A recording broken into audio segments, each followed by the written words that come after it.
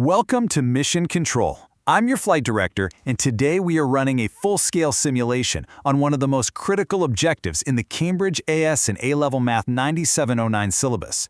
We are talking about Section 1.8 integration, specifically calculating the area under a curve, between a curve and a line, and between two curves. Now listen, most students treat this paper like a simple math test, but I need you to treat this exam paper like a highly complex flight system that requires absolute perfect execution. On our central console today, we have two pilots running this simulation. We've got pilot Alex, who constantly overcomplicates data calculations, burning way too much time and mental fuel on the wrong steps. And we have pilot Sam, who completely ignores structural boundary constraints, risking a total systemic breakdown of the equation. By the end of this simulation, you're going to know exactly how to avoid their mistakes, optimize your flight path, and give the Cambridge examiners exactly what they are looking for. So, looking at our telemetry, here is the big question. Why do so many students lose easy marks on integration? Well, it's because the math itself is literally only half the battle. Think of evaluating evidence, structuring your working, and drawing proper logical conclusions as your navigational instruments. Just like pilot Sam, so many students crash because they fail to set up their boundaries properly. It is a massive stumbling block, but we are going to calibrate those instruments today. Here is your pre-launch flight plan. We'll start with the integration trap, then map out the core theoretical principles, identify the top 3 student mistakes, engage the method mark strategy, and finally, lock in executing the perfect answer. Phase 1 of the mission, the integration trap, where easy marks just completely vanish off the radar. Okay, we are currently monitoring the approach trajectory, and here's what you need to know. Having isolated mathematical knowledge, like knowing how to reverse a power rule on a basic polynomial, is simply not enough to clear orbit. The examiners demand a much broader understanding. We pulled this direct transmission from the principal examiner reports, and it says, candidates referencing cross-topic connections achieve significantly higher marks. This is your prime directive. You have to treat command keywords in the question as system parameters. Bridging integration with coordinate geometry to locate your points of intersection before you even start integrating? That is the secret to an elite score. Alex burns fuel because he forgets to connect these dots. You need to link the systems together. Phase 2, Core Theoretical Principles. This is where we build the architecture. To get this payload to space, we need a flawless structural architecture. Moving beyond just the raw mechanics of plugging numbers into an integration formula, the theoretical architecture of 1.8 actually rests on precise definitions, causal relationships, and, like we just discussed, integration with other syllabus areas. So, what does that mean when you're staring down at your exam paper? It means the conceptual framework demands evidence-based reasoning and a systematic analysis. The examiners at Cambridge absolutely do not want blind calculation. They want to see your entire logical architecture clearly mapped out on the page, step by step. Think of this chart as your high-tech UI console overlay. The examiners are tracking your trajectory across 3 very distinct cognitive domains. First up, knowledge and understanding. Do you actually know the formulas? Second is application. Can you apply those formulas to the specific curves and constraints on your paper? And third, analysis. Can you evaluate the geometry of the situation to set up the correct integral bounds? If you want to confirm a successful full-mark touchdown, your answer has to hit all 3 of these system parameters. Phase 3, Top 3 Student Mistakes. These are critical warnings direct from the examiners. All right, team, pause the simulation. Before we fire the secondary boosters to secure maximum marks and completely optimize your flight path, I need you to do something. Subscribe to Ace the Exams at the handle @AceTheExams right now, and turn on all notifications so you never miss a mission update. Okay, simulation resuming. We have hit a critical roadblock mid-paragraph.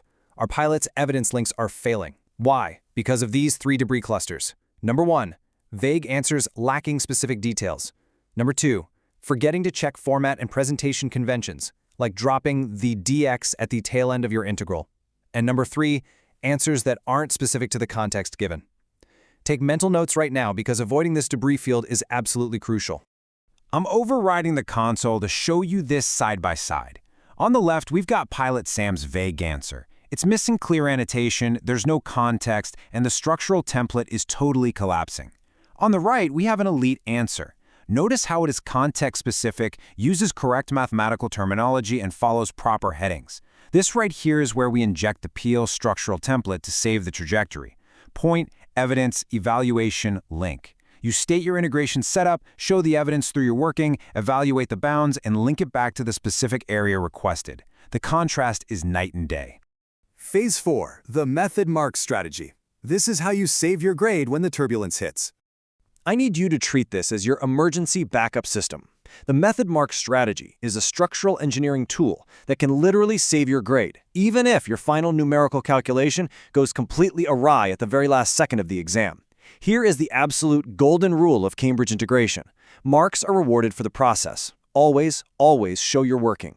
The examiners are incredibly generous when they see a systematic process and evidence-based reasoning. If you structure your integral flawlessly but drop a negative sign in the final arithmetic, you can still secure the vast majority of the points. But that only happens if your method is visible on the radar. So, to guarantee those method marks, we are implementing a strict 5-step procedural framework. This is your checklist. Step 1, deconstruct the question. Step 2, extract the relevant data, like those critical intersection points. Step 3, select your analytical framework. Are we doing top curve minus bottom curve or right minus left? Step 4, execute with clear notation. And step 5, present with correct terminology. Lock this sequence in and you will never bleed unnecessary points again. Phase 5, executing the perfect answer, presentation and evaluation. All right, it is time for an interactive viewer radar challenge. I want you to imagine a 60-second visual countdown clock on your screen right now. For Simulation 1, your mission is to scan the data table on the board and locate the hidden core variables required for maximum presentation and evaluation points. Do you see them? Under Presentation, the core variables are correct terminology and clear annotation. For evaluation, especially in multi-part questions, it's identifying limitations or alternative interpretations of the graph. And for comparative analysis, it's finding both similarities and differences using comparative connectives. Time's up! If you didn't spot all of those, you need to recalibrate, because the conventions for your final answer are incredibly strict. Moving into Simulation 2, debris detection. Your challenge here is to act like a sweeper program. Whenever you see a sample answer that falls below compliance standards, you run this 3-step loop to fix it. Deconstruct, solve, evaluate. You must break the problem into logical steps, solve it systematically, and then, this is the debris detection part, check for reasonableness. Look at the sketch provided in the exam. Does your calculated area logically match the physical space shown on the page? If it's negative or massively huge, you've got debris in your calculation. Higher-order assessment objectives require you to check and justify your work constantly. As we prepare for our final touchdown sequence, the console is flashing red with one massive urgent examiner alert directly from Cambridge. I'm reading this verbatim. Even if your final answer is wrong, method marks can save you. Students lose marks by not showing working. I literally cannot emphasize this enough, team. Pilot Alex failed because he did all the heavy lifting in his head. Document every single logical step. Put the math on the paper to protect your grade from systemic failure. Mission accomplished. Pilots Alex and Sam have successfully adjusted their parameters and confirmed a full mark touchdown sequence. Which brings us to you. Are you ready to secure every method mark on your next paper? To ensure you are, remember your pre-flight questions scan checklist. Check your cross-topic connections, map your cognitive domains, avoid the vague presentation trap, and always run the deconstruct, solve, evaluate loop. Now, for your final directive, make sure you subscribe to Ace the Exams at the handle @AceTheExams, enable that notification bell, and drop a comment below right now sharing your specific subject and tier. Thanks for running this flight simulation with me. Keep your flight paths optimized, and I'll see you in the next mission.